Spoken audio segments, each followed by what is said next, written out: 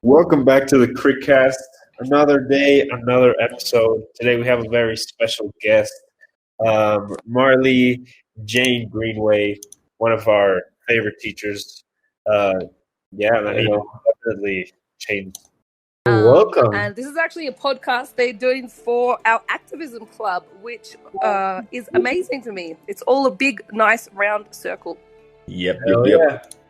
Yeah. As Marli mentioned, we're going to be talking about green education and definitely a shift of mood. We're going to go positive today. Finally. Improving, improvements in the system and things that are looking that are giving us hope of education and change. So, if we could start off with talking a little bit about education now and also the past and what it looks like for the future. Marli, if you'd like to start off. Yeah, for sure. So I think that I know that you guys talked about this a little bit on one of your other podcasts about standardized testing, but education really has not changed much at all. It was designed really to get people into the workforce, and the workforce has changed so much in recent history that the way that we teach people is not in line with what we actually need people to be able to do now or in the future. So it's really the education model before was just a model of, like, they call it the banking model. So it was, the idea of it was to fill children's brains with knowledge. And that's not what's necessary. We don't need children's brains filled with facts and things that they can remember. We need them to be able to think, and we need them to be able to go into the future and in the present day and solve problems that the world's currently facing. And if you're just going to memorize facts, that's not something that you're going to be able to do at all. I agree. Completely agree. Yeah. I think we touched this, like on our standardized testing podcast. We talked about how education in general has stayed the same, even though the world has moved forward. Like, technology isn't really implemented unless we're forced to, like right now. Yeah. And I don't know, like the school system needs to adapt to like the world that surrounds it. It's the key. Yeah, we talked about it. I agree. It's just, it definitely needs to change and adapt. It's been the same system that has ultimately kind of led us where we are now, because education, in my opinion, is like, it's the key to everything. And as an educator, she's changed my life for certain. Probably Web does as well, and all the students that I've been with, because it's definitely different to what we came across before in so many other teachers. Yeah, it's those teachers that try, the ones that aren't here for a paycheck. They're here for education. Because they like teaching. I can't imagine how it is, because we're insufferable. You are insufferable at times. It's true. Props to you, Marli. But this is the thing. I feel like there's a lot of teachers. Well, especially in Australia, anyway, I noticed that there was a lot of teachers who didn't necessarily like teenagers.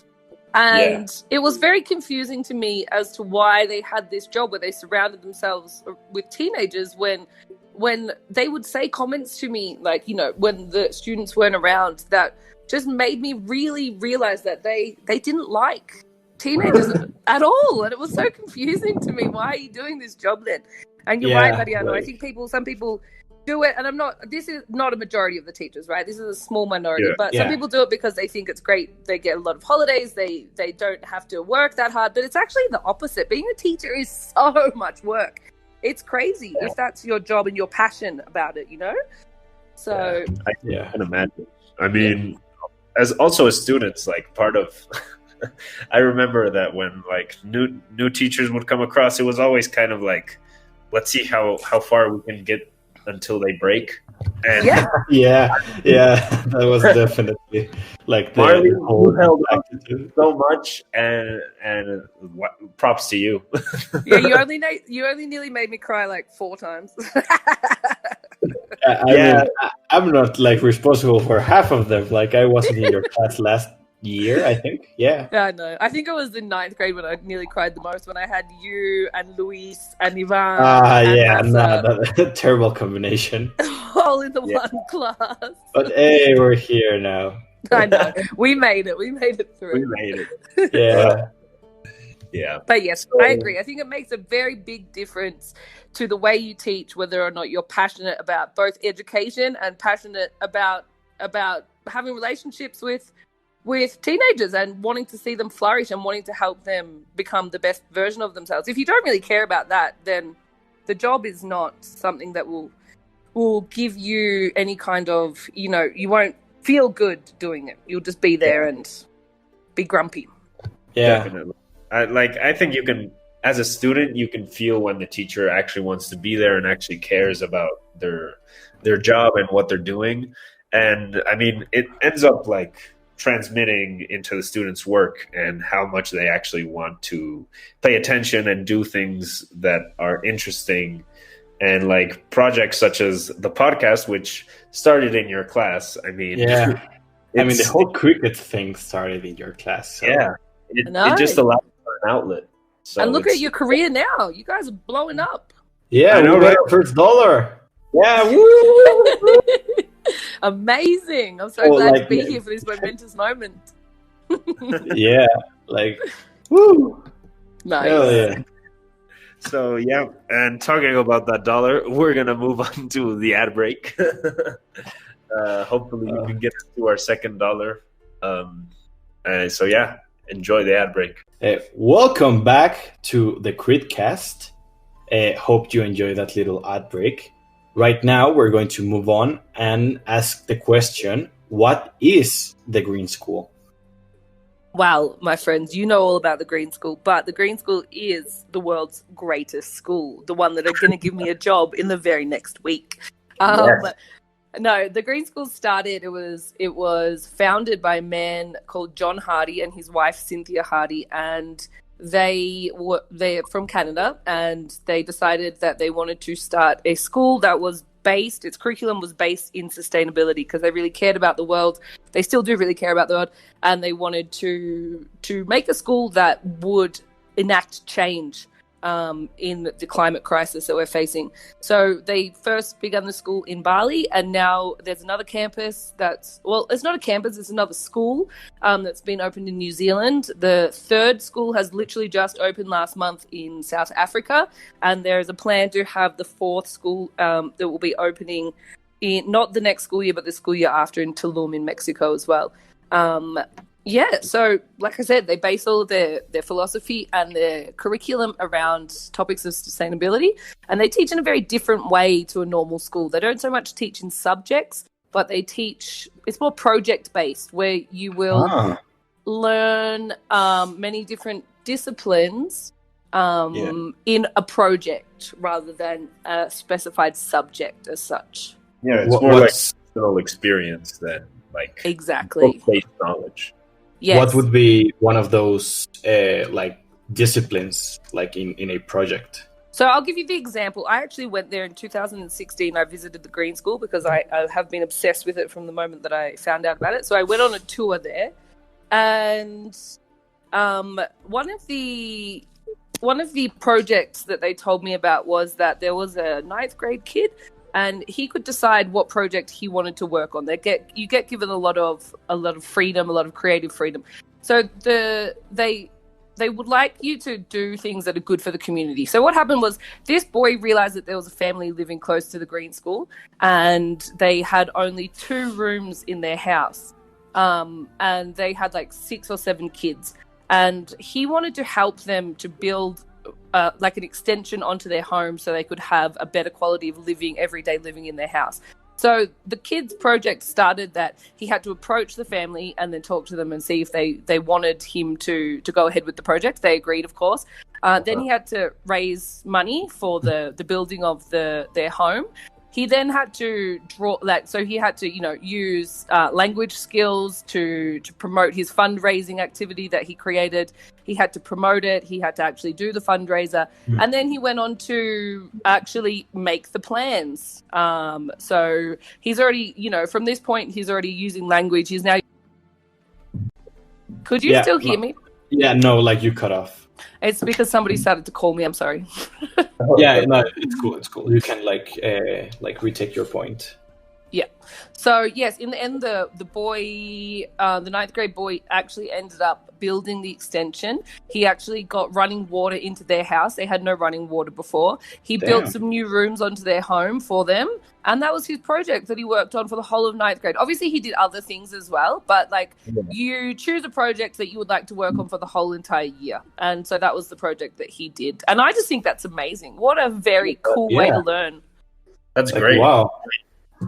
It's completely unorthodox, quite clearly, but it's. I mean, that's what we need. Like, it's problem solving, and it deals with real world issues. And exactly. I mean, just because it's 9th graders and 10th graders doesn't mean they can't solve the issues. Yeah, it shows so many things. Like, it's actually practical. It's skills that they will use, like guaranteedly use in the real world. I mean, they are in the real world at this point. They're interacting with the world that surrounds them. Really, really, really interesting thing to learn. Like, wow. Now I'm kind of bummed that I have to do my normal class. But, I just thought the most impressive thing was that he actually learned the skills to build as well, no? He went from the beginning of the planning all the way to the building, and he actually built it with his own hands, obviously with the help of other people. But I just think it's such a special, these kinds of things really teach you things that you can practically use in your life for now and forever. And that and it teaches you to learn. Like, I mean, that's part of what I usually hear about this present system and how we use it to learn how to learn. But having to learn to build and having to learn these leadership skills and go out in the world and organize things for this to actually happen, that's learning to learn in its essence. Exactly. Yeah. I think that mostly the closest thing that comes to mind that actually comes in school is when you are assigned a project and you have to boss around the lazy people to actually do the work. But I'm not sure if that's intended or just a curse. Yeah, I see that as a curse.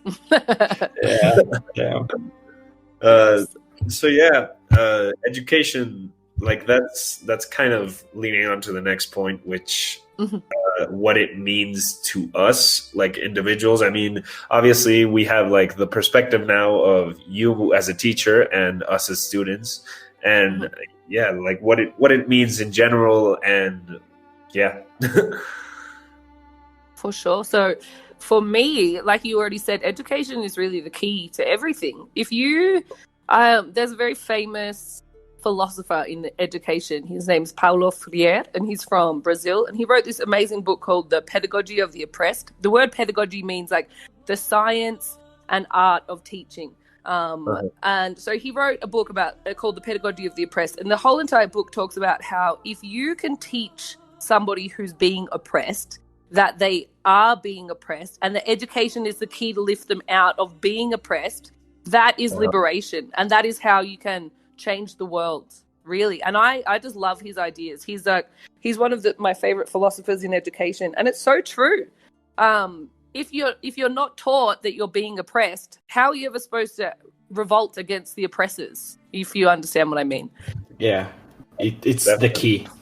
Yeah, 100% is the key. Yeah, once again, education is the source of all our problems and the key to all the solutions out there. Yeah, and it's the foundation as well. I mean, education a lot of the time is looked at as math and language and writing, but it's so much more, I think. when you can unlock things like leadership and like problem solving and social skills, like at the end, education is what allows us to be what we are. Yeah, Yeah, definitely. definitely. I would say 5%. This is how I see my own classes. I think only 5 to 10% of the importance for me is placed on the content that I'm teaching, and the rest of it is placed exactly on what you're talking about, Mazza. Making my students into critical thinkers, making them like realize their own creativity, making them realize things about themselves. Like, I want my students to learn who they are, so that they know themselves, so they can go into the future knowing themselves and be successful as themselves. I don't want to like put you all in little boxes and put all in the same box and just hope that you'll figure it out on your own. No, I want you to know yourself. That's my whole entire point. That's like a trait that you can see in a lot of the teachers that we mentioned, like the teachers that actually care about like their students learning. They not only teach their subject, but they try to, like, they don't give you the answers. It's not like, oh yeah, this happened and this is why it happens. Yeah, learn it. They're like, oh, but why do you think it happened? Or do you think it should happen? Like, it's those like nudges into your own critical thinking that are like critical, like especially at a young age. The more you start to do it, the easier it becomes, like with time. And I think that like at the very least, too many teachers on like the primary level or kindergarten don't actually bother with that, because they're like, they're kids, they don't need that. So we need more teachers like that. I also think like part of what leads to that is the relationship with students, which I mean, like Marli is a great example. With most of her students, like it's basically a friendship, and it's like it's very different to anything that I had experienced with teachers before, where it's like they are the authority figure. You just have to raise your hand if you want to know something. You have to like go to class, take notes, and then leave. Like, this was interactive, and it was always like, yes, Marli's class, we get to do just dance. Like, it's the kind of thing that ultimately engages students in wanting to, first of all, be there for the teacher, be not just like be stubborn, annoy the teacher all day long, but also want to learn and do their activities, which, I mean, are usually, if that's the type of teacher you get, they are usually like interesting and deep projects. Yeah. And to clarify, it's not that we like goof off on her class, or at least we both. It's like it's the combination of like, we get to do fun activities and learn. Like, damn, I really like this class, because you don't actually think about learning. You're not going to be like, oh, it's English class. Damn, I'm going to learn about language and conjugation. Like, no, it's like, oh, it's Marli's class. We're going to have fun and maybe learn in the process. Yeah, exactly. Instead of like learning what like word goes next to what word, you're learning write and like express your own like thought process and feeling. Exactly. So, you know, I thought back when I first decided to become a teacher, I had to do a lot of reflection on my own schooling. And I tried to remember when I was your age, like, what can I remember doing at school? And literally, I couldn't remember hardly any activities. I could remember that I had to do a fake election one time, right? We did mock elections. We had to start political parties, because that was cool. And that was with my favorite teacher also, by the way. I could remember that we had a food class where I had to make a design brief, and I had to make like a cocktail party, and I had to make the food for the cocktail party. And that was one thing that I can remember, because that was me using my hands, and I love cooking, and it was something that was very memorable for me because it was creative and it was my own thing and I had complete control of it. Besides that, you guys, I can remember hardly anything else from my whole entire time at school. I can barely remember today and last week of what I saw in school. So but we might be a little biased with that because online school. Like, I genuinely don't remember a single project we have done. Like I remember the stuff. Like, Uh-huh. yeah, I was going to say that I remember the stuff that we learned, but that's even kind of iffy. Like only on the things that I already liked, like biology, or even math, if I dare say, like global politics, English, like those like subjects I already liked are the only ones that are like staying up there. Like everything else, it's like it's test that I already forgot everything. Like I'm doing it for a grade. Like I really stopped caring when online school happened, and it's like even rarer, like to find even on normal school. Like there's a few projects aside from like Marli's class that I remember. Like I remember doing a animal cell cake, and yeah, that's about it. Yeah. I mean, I also think like part of what education ends up meaning is like the reason why we're interested in it. So when you're like passionate about something, or you're genuinely interested in learning about something, like I can go a long time like just looking things up and trying to figure out this and that. But when it's just like I have to get my grade, it's so much harder to actually get engaged. Like it's ridiculous. Yes. And I think that's part of the main problem. Like school is grade based instead of like learning based. Exactly. Instead of progress based as well. Like I'm always having to mark every single thing that I do out of 10, and like really like it doesn't make sense why I have to mark every single thing. It should be like I get to the end of a unit, let's say like the end of a 10-week period, and I have a chat with the kid and talk about how they progressed. How have you changed, or how's your thinking changed, or how have you changed, or what kind of creative output have you had from the beginning of this unit till the end of this unit? Not that I gave a 10 for this Google question, or I gave a 10, you know what I mean?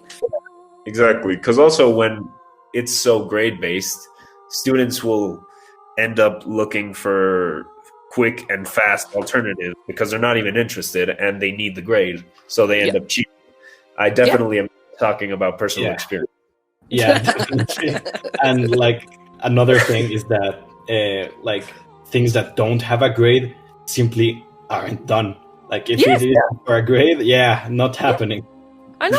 And that's what I noticed slowly after I came to Mexico to work, that if I don't grade something, then no one will do it. It has got no importance in anybody's mind unless there is a grade out of 10 attached to it, which was hard for me to deal with. In Australia, it's very different. In Australia, you don't really have grades until like 11th and 12th grade, and then you only get grades for your school-assessed coursework.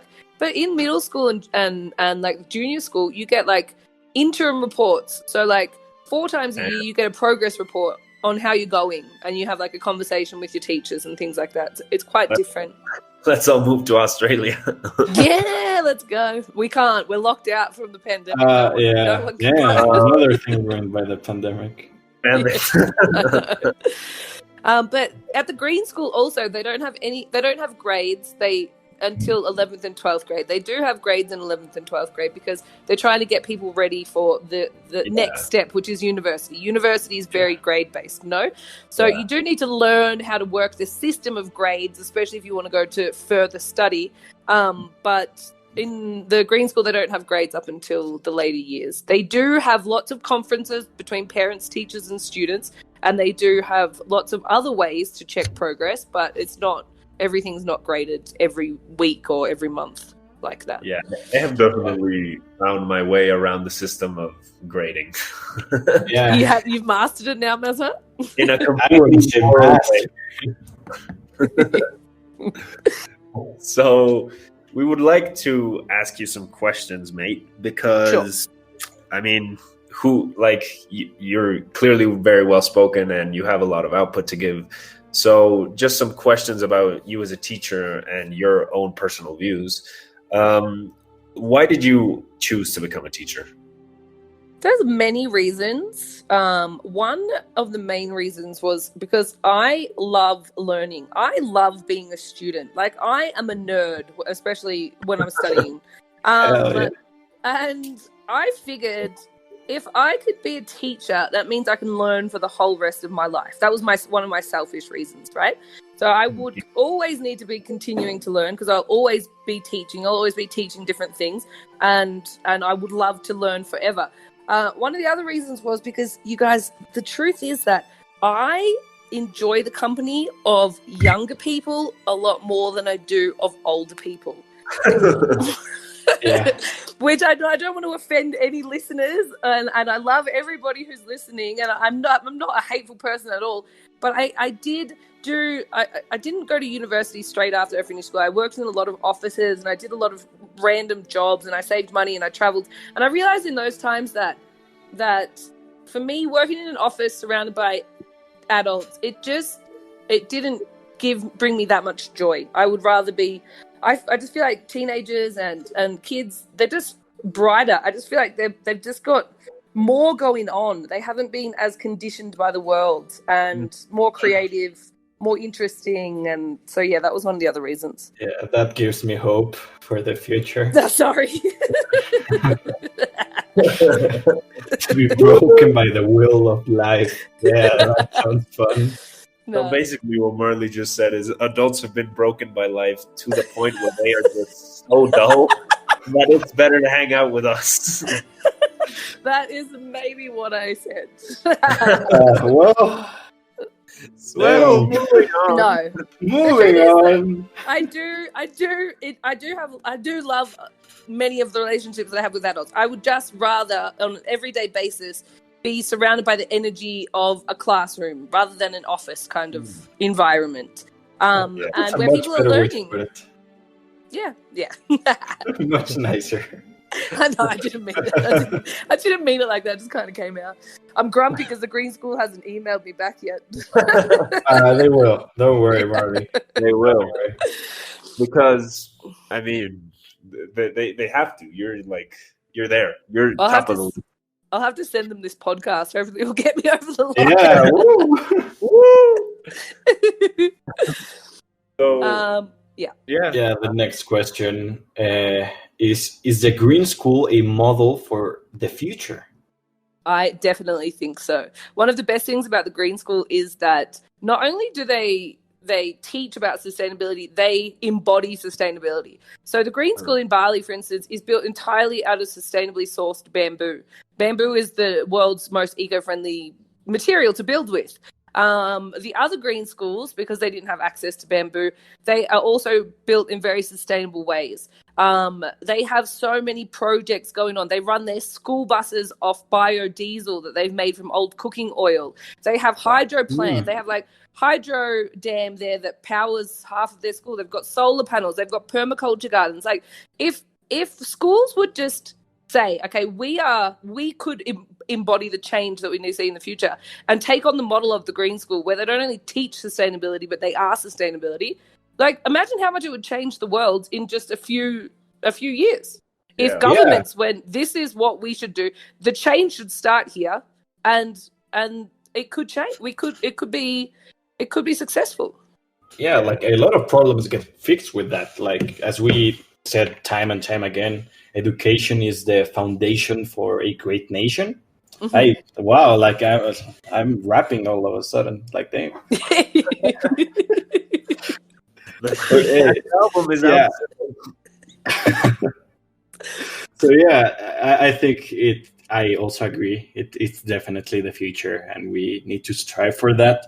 Mm-hmm. But we need the people, like people who are willing to spend their time into changing how it works. Because right now, I mean, at least for me, I don't know about you, Masa, but as far as I know, we are cheating this country, devoting our lives to other things. So that problem still remains, and we need more people to be informed about it. Like, we're relatively informed, but yeah, like if more people don't know about this and there's a better way, like, change won't come. Which is like one of the missions of this podcast, is to try to inform people. And that's why we have our guests, because they know more than us about this topic. We bring in the charm. Yeah, I think as like it definitely is a model for the future, and I think that part of it is, I mean, as Marley said, like it just transforms the whole system into becoming much more sustainable. And when you have like when your whole base of your country is like attending these schools, and this becomes the education system, that makes sustainability look like the norm. So Yeah. it transforms like seeing big buildings made out of steel and glass to seeing bamboo buildings. So it becomes like it transitions the whole vision of like children's view of the world. And as they become adults, they see the world completely differently. Exactly. And like you said, it needs to become the norm. And it's not going to become like the norm that we're living in now is destructive. If we don't change the norm, then we're going to destroy ourselves. We're going to destroy our planet. And it's sad because we're running out of time, you know? I Yeah. like literally right when we were talking about this, I just had this idea in my mind. Imagine if schools just said, like the government of Mexico or the government of Australia just said, okay, this year we're not going to have normal curriculum. We're not going to have classes. We're not going to have tests. We're not going to have grades. We are going to, as a school community, transform our school from what it is now to a sustainable school. And the project of the year was that everybody in the school did that. Imagine how much people would learn, and imagine how much change could happen in a short period of time. It would make such a big difference. But I think like ultimately that those types of decisions aren't even decided by us, but like old people who don't really want change, and they see it as a risk because you have to completely abandon what you think of your comfort zone, and that's just bringing you in so much money, and then transform to something that at the end of the day you might be like, we still got 10 years to fix the climate crisis. Because it's a self-sacrifice. Like, you sacrifice part of your wealth for the well-being of multiple people, and the grand majority of people aren't willing to do that. That's the main problem.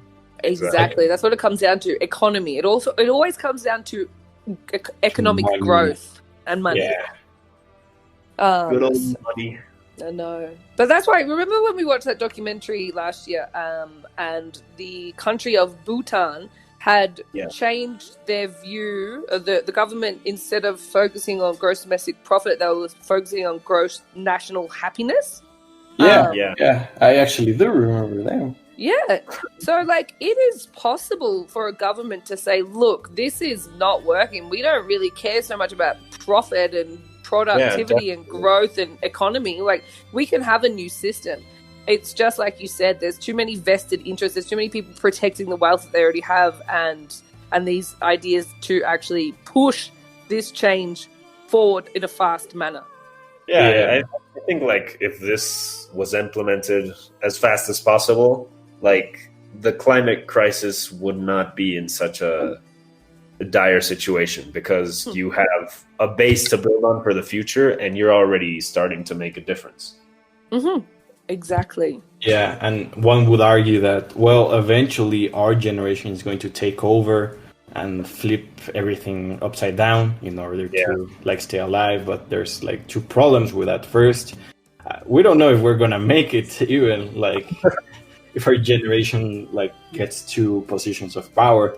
And second of all, the people who get into power are quickly corrupted. I forget the actual quote, but it's something like that. The more power, the more corrupt you become. And that's like really sad to think about.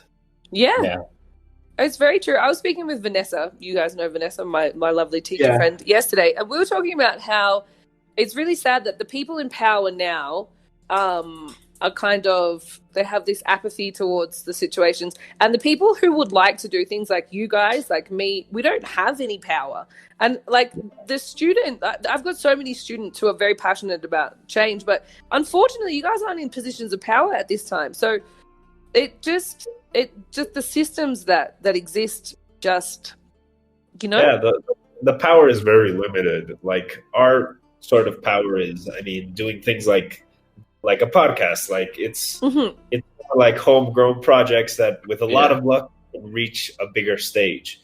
But it's like you can't really change like, oh, we're changing the whole system, so now it can become eco-friendly. Mhm. Exactly. So, yeah, this is the positive podcast. This one's a happy one. But hey, the Green School is a great, it's a great space for the future. There's still hope, though. There It's is not all definitely hope. You know, there is a revolution happening. It's just not extremely visible, but it definitely exists, this green revolution. It's just like, I was talking to my class out the other day. Change is not something that you're going to see in a split second. It is slow, and it takes time to develop. You can't just say in one day, boom, okay, we've fixed all the problems. No, it's going to take years to fix all the problems. But if we keep working toward, that's the thing that we need to do as individuals. Continue to work towards fixing the problems, not give up. Doesn't matter how old we are, how young we are. And if we continue to do that, then we can live in the hope that things will change, no? Yeah. And I think the base is kind of taking shape now, and it's really starting to like leave a foundation for what's to come. Yeah. So moving on. As a teacher, obviously, I've impacted you the most. But what moments have impacted you the most? Like as a teacher, I don't know, an assignment or a project, or I don't know, anything really.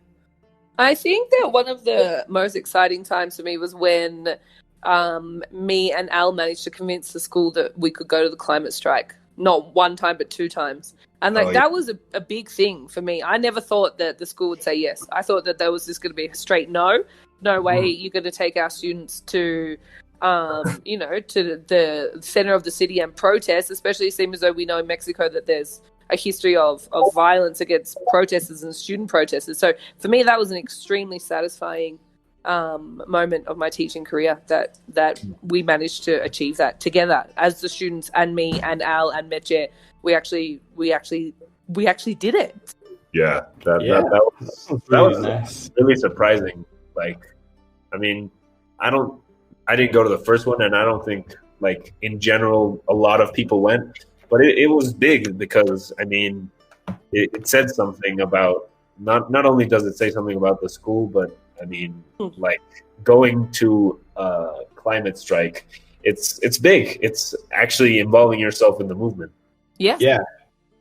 I think that's a really big thing that most people aren't doing. Most people now are just observers. They cross their fingers and hope everything will be okay in the future, but that's nowhere near enough. You need to be active, like anyway, actually. Like maybe start to spread the word, or try to inform people, actually participate in just rallies, whatever, anything really. That's where the bar is right now. Yeah, absolutely. And I think not only does it leave like a mark and make a statement, but I remember, I mean, I think going to a climate strike, like you learn a lot from that, and it's an experience that you can't really forget. I think that's also part of like the learning process that helps a lot of students, and it's a way to look forward, to get yourself involved in things and try to actively look for change. Exactly, and doing something real, not just being in the classroom talking about it, but actually being on the street, showing that you care, using your voice to make governments realize like we're students and we're angry at what you're doing to our planet. And that's the main thing. And this is what I just always want to teach to my students, is that the citizens have a lot of power. I'm obsessed with this idea. I heard it a long time ago, that the best form of protest to actually get what you want is to get an organized amount of citizens, and they go to the banks and all withdraw the cash at the same time, all of the money that they have in the bank, because apparently banks have like 3% of cash money that actually exists in all of the money that exists in the world. And I just I'm obsessed with this idea of people going and crippling, but you need a backup plan. You can't just go. We're gonna cripple the economy. I mean, a good example is like what happened a while ago with Reddit and the stock market. Yeah. If any listener, or if you, Marley, remember that. But basically, like, that's kind of the philosophy, which just like you rally a bunch of people up and you take a blow in the weak spot that like most people aren't even aware of, and it makes the Goliath bleed. Yeah, exactly. And these are just some little examples. There's so many creative ways to try to get governments to act. That it's not just there's so many different ways that you can go about it. And I just really, I feel like that sometimes education it distracts us, kind of. Like, we spend a lot of this time in the classroom doing these things to get these grades and whatever, and the teachers, I'm very distracted because I'm always grading, I'm always like planning my lessons. But really, like, if we stopped being so distracted all the time, we might be able to come up with a genius way to force change. Yeah, I think part of the problem, like, it just limits the actual amount of time and things you can do, because you spend 8 hours a day for like, at least as a student, for like 18 years, just following and completing grades for 8 hours a day. And then you have to also like take care of yourself and involve time for yourself. So it's exhausting. It doesn't leave you with energy to be like, all right, now that I'm done with it, let's go and change the world. But do you think, like, if you think about it, that is intentional, no? Like, I'm not coming at this from like a conspiracy theorist view or anything, but if you think about it like long and hard, you can realize that the systems in place, the amount of hours that we work each week and all these things are so that we are distracted, really. Yeah, definitely. Yeah, like giving your life, like especially such young years, to school isn't really something I particularly like. We should really have more freedom, like less hours. That's it. Like, come on. I totally agree. Way too much. And no homework. There shouldn't be homework. Yeah. It should be illegal. Yeah, it really sucks. Yeah. Yeah. So I finished all my work. Now I have homework. Yeah. How are you supposed to learn about yourselves, and how are you supposed to like get any passions and interests when you're literally just working on these things all day, every single day? It's not fair. I don't think it's fair. Yeah, like, that's why most people end up going into the real world, and they're like, okay, so exactly. You have no time to actually develop your own skills and your own, like, get to know yourself. Well, because you're just focused on completing every assignment that's every day for every year. Yeah. So after that little rant, I think everybody can kind of hint on to what Marli's way of teaching is and what her kind of base is, but in a more like concrete way.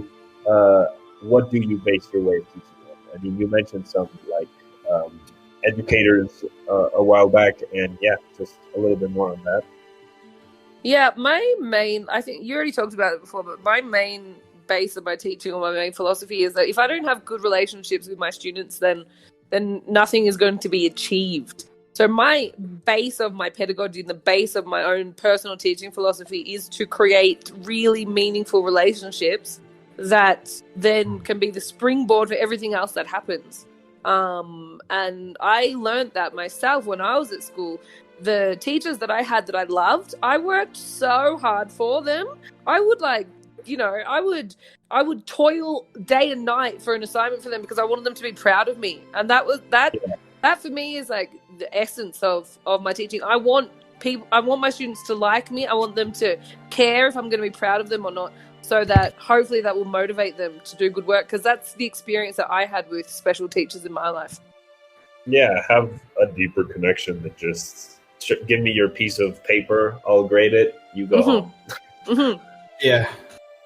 Those extra steps really come a long way. Yeah. I mean, they leave a mark.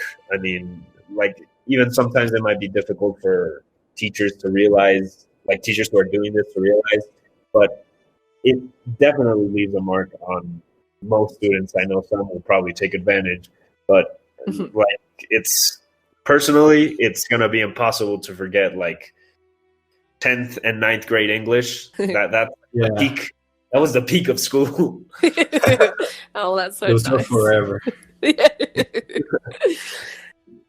It was extremely fun for me too. Yeah, that is for sure. We have to tell that story all the time because, well, when we become multimillionaires because of the podcast and the crickets, we're like, oh, when did it all start? And we're like, it was 9th grade in English class. And you can show your first music video. Oh, hell yeah. And then your first mini documentary as well. Oh, that was nice. We didn't win anything for that one, though. Yeah, in English, like personally, I developed like sort of a passion for just being creative. Like writing, it's something that I knew I liked, but when people would tell you like write this, it's like okay. But when it was like you get to choose what you write about, it's like okay, yeah, I'll make yeah. Like I especially like when we get like some prompts, like a multitude of them, because like now I don't have to like develop an idea out of nothing, but I can still have some kind of leeway to do what I want. Yeah. That really helped me like writing. Like I really, really like writing, but I mean, sometimes school like it overloads. It definitely can kick it out of you, but I think English developed like a lot of creativity for me. And in your class, it was just like, you guys can make a video. It's like, yeah, that's the thing I realized being a teacher and from my own when I was at school as well, that if you give people choice, then they become more invested in it because they chose to do that. That was their idea. It wasn't that idea was forced onto them. And it makes a huge difference in life, I think. And now we're here with the crickets and the crickets. Yeah, like it's a great example because like if you would leave like I don't know, like a summary of the Kite Runner, I wouldn't go to Huerta's house and with Hamed and like sit down to have a writing session. Like it's not something I'm passionate about. But if you give us the choice to like record a music video and a podcast, it's like, oh yeah, let's get together. Let's outfits. Let's take pictures. Yeah. And I think that I noticed like when we were doing those stuff, it's like when we're doing any other project, it's like, okay, what do we have to do? And like meet the check marks and we're done. But like when we were doing the music videos or the podcast, like we naturally went the extra mile, not because like we're gonna get extra points because of this. It was like, if we're gonna do this, we're gonna do this right. Yeah, you would be because you were gonna be proud of it at the end because it was your baby, it was your idea, it was your creativity. Yeah, exactly. Yeah, it makes a huge difference. Definitely does. And so, I mean, leading on to the last question for you, Marli, you left a mark on me, definitely. But how do you? Yeah, on all of us, most probably. Like, it's definitely one of the best teachers out there. But how do you want to leave a mark on this world? I want to grow bamboo and giant kelp. I figured. And take the carbon out of the atmosphere. I want my mark to be that there is no more carbon in the atmosphere. I want that. That's what I want my mark to be, and I want to own my own green school, and that's what I want. Boom. Yeah. Easy. Exactly. Easy. Yeah. Dream big. Yeah. And Elon Musk just offered $100 million for carbon capturing technology. So I got to get busy, you guys. I got to start making my proposal. If we can make the carbon capture carbon, boom, we've done it.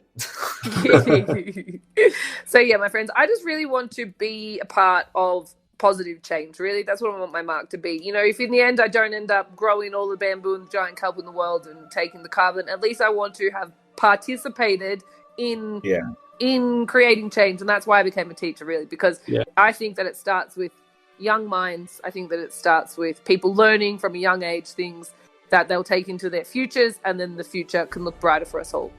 That's the mark of a good person. Like, you have, like, all persons have power, the power Yeah. to change and influence the world and people around them.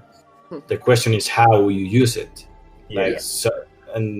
Trying to use it to leave a positive change. It's inspiring, actually. Well, Yeah, I mean, like Marley, as you said, like you have like capture the carbon, your own green school, which is kind of your contribution to the big scale, and it's your own like personal goal. But on the way, as a teacher, exactly what you're doing is inspiring and leaving a mark for other students to replicate that in their own different ways. That's Which so is nice. That's great. Great. Yeah, that's good. That's exactly what I want to achieve. And I'm glad. It makes me feel very happy for you guys to say to me that that's what I am doing. It's very affirming. It makes my heart very happy indeed. Your Aussie heart. My Aussie heart. My heartsy. That is not true. And if Yossi's listening, don't go and tell your family that, Yossi. That is not true. Oh, now we have to make her listen to the podcast. And now she has to be a listener. You can tell her that we mentioned her. I will. I'll tell her. You can get. Oh yeah, we talked about you. Yeah. Like a lot. And just leave it there, so he has to join in. Yeah. And then she'll realize it's in the last 2 minutes and be like, "Oh." So yeah, I mean, I think we kind of covered it, but what are the changes that we need to make? What are the solutions and the steps we have to take moving forward? Well, really, the number one change that we have to make is, first of all, we have to get this blanket of carbon wrapping our planet away. That's one of the biggest things. I know that we need to move to renewable energies. It's very true. And that's the thing that we need to do for the future. But if we don't get the carbon that already exists away from us, away from our planet, and then we are going to have a very hard time achieving anything else. That's the main problem. And you guys know I'm obsessed with these ideas of bamboo and giant kelp because they're the two fastest growing plants.